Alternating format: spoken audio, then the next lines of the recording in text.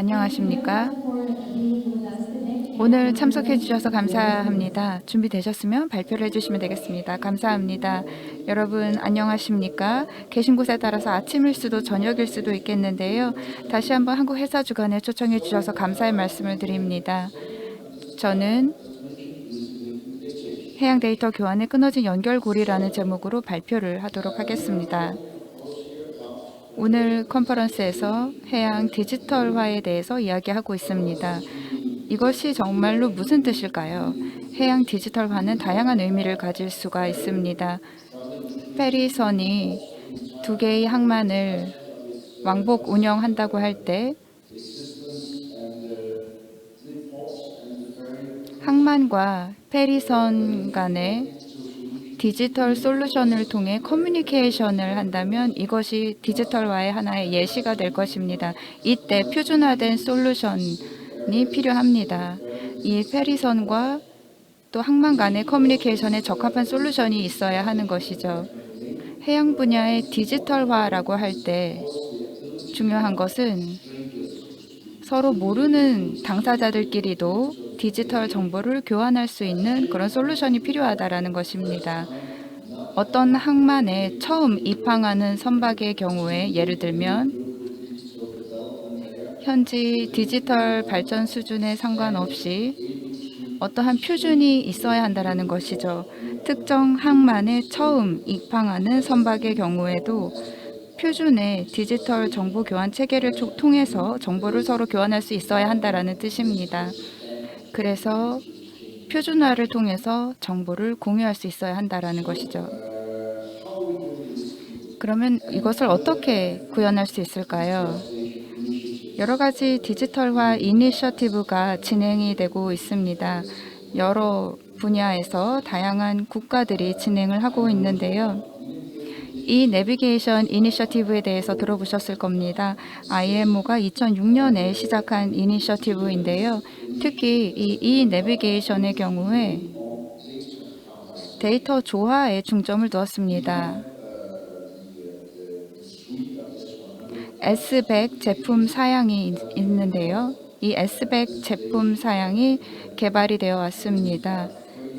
지금까지 34개의 다양한 S100 제품 사양이 개발이 되어 오고 있습니다. 이 사양의 성숙도는 각각 다릅니다만 또 IMO에서는 간소화 및 전자 업무를 위한 개요서 IMO 컴pendium을 또 발표하기도 했습니다. 이것이 데이터 조화를 위한 노력입니다. 데이터 조화를 위해서는 여러 가지 활동이 있었습니다만 실제로 데이터를 교환하는 방법에 대해서 데이터 교환 그 자체에 대해서는 지금까지 중점을 많이 두지 않았습니다.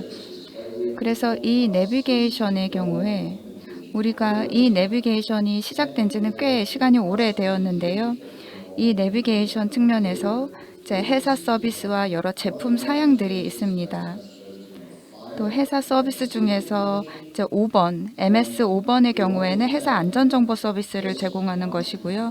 S124의 경우에는 제품 사양입니다. 이 S124는 데이터 모델에 대한 제품 사양인데요. 항행 경보를 위한 데이터 모델입니다. 그래서 MS5는 포괄적으로 회사 안전 정보를 제공하는 것입니다. 그런데 실질적으로 데이터가 어떻게 교환되어야 하는가에 대해서는 별도로 정의된 바가 없습니다. S124가 데이터 모델이라고 말씀드렸습니다만 이제 데이터를 교환하는 방법에 대해서는 별도로 정의된 바가 없습니다. 그래서 신규 새로 이제 선박이 항만에 들어오는 경우에 액티스 등등 여러 가지 이제 시스템을 통해서 데이터를 선박과 항만 간에 주고받을 수 있어야 할 텐데 데이터를 교환하는 방법 자체에 대해서는 이제 별도로 정의된 바가 이제 체계적으로 존재하지 않습니다. 그래서 IMO의 MSC 467 지침에 보면은 회사 서비스의 포맷과 구조에 대한 정의 그리고 조화에 관한 지침을 제공하고 있습니다. 그래서 데이터 모델을 사용하는 서비스의 경우에 이제 제품 사양을 기반으로 제공을 하게 되는 것인데요. 데이터 교환에 대해서 제대로 이제 설명을 할 필요가 있는 것이죠. 그래서 IMO 지침에서는 회사 서비스 템플릿을 가지고 있습니다.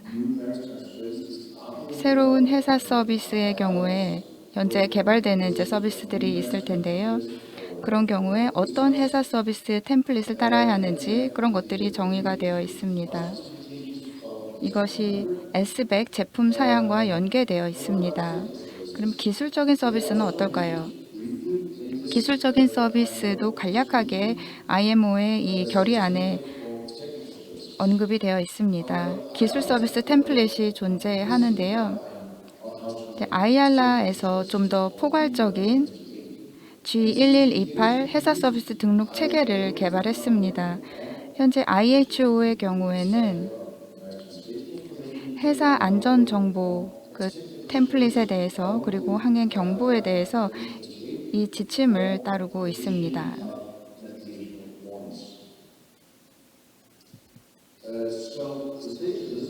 그래서 현황에 대해서 말씀을 드리면 현재 다양한 제품 사양들이 개발되고 있습니다. 그래서 데이터 조화를 이루고자 노력하고 있습니다. 데이터 조화란 디지털화의 필수 요건이라고 할 수 있는데요. 기술 서비스 사양의 경우에는 이제 막 시작된 단계라고 할 수 있습니다.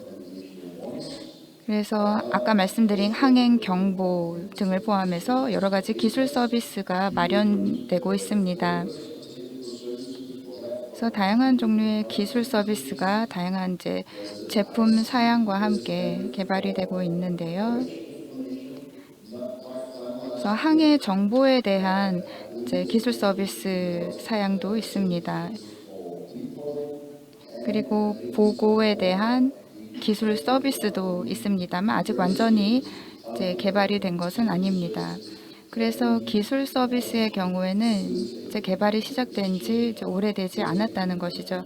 이런 기술 서비스와 다양한 사양들이 모두 개발이 되어서 이제 디지털 데이터를 효율적으로 교환할 수 있어야 하겠습니다. 그래서 아직 할 일이 더 많다고 할 수 있습니다. 그래서 새로운 방식으로 이러한 업무를 수행해야 할 것이고요. 인터넷 기술을 더 많이 활용하게 될 것입니다. 인터넷 기술은 이 판도를 바꿀 수 있는 중요한 기술이라고 할 수 있습니다. 그래서 인터넷 기술을 사용하면서 여러 가지 기준과 표준상의 변화가 있었던 것처럼 말이죠. 그래서 앞으로 이제 기술 서비스가 더 많이 개발이 되어야 한다고 말씀드릴 수 있습니다. 그래서 이제 MCP가 중요하다고 할 수 있습니다. 기술 서비스와 여러 가지 서비스 사양을 개발한 뒤에는 해양 영역에 있는 모든 당사자들이 MCP를 통해서 정보를 주고받을 수 있어야 합니다. 아이알라에서는 새로운 지침을 냈는데요. 디지털 인프라에 관한 내용을 담고 있습니다.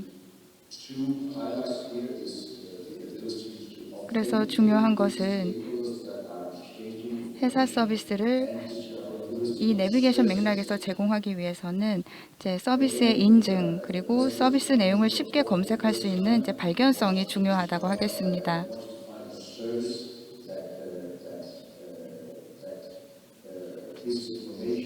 그래서 이러한 회사 서비스 내지 기술 서비스 등을 통해서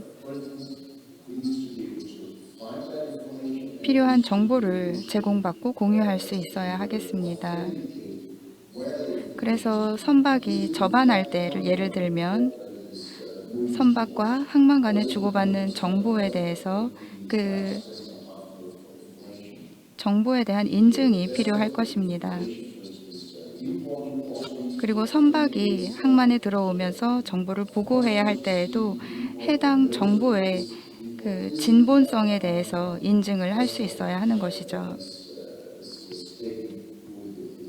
선박에서 보내는 정보의 그 진본성에 대한 인증이 중요하다고 할 수 있습니다. 이것은 디지털 플랫폼을 통해서 구현할 수 있고요. 제 생각에 그 해답은 MCP라고 생각합니다. 그래서 결론적으로 저희는 데이터 조화를 위해 많은 노력을 해왔고 이것은 분명히 긍정적인 발전이라고 할 수 있습니다. 이제는 기술 서비스를 더 많이 개발을 해서 데이터가 실질적으로 이해관계자들 간에 효율적으로 교환될 수 있도록 해야 하겠습니다. 디지털 플랫폼인 MCP가 선박과 항만 등 여러 이해관계자들 간에 주고받는 정보의 진본성을 인증할 수 있다라고 말씀드릴 수 있습니다. 감사합니다.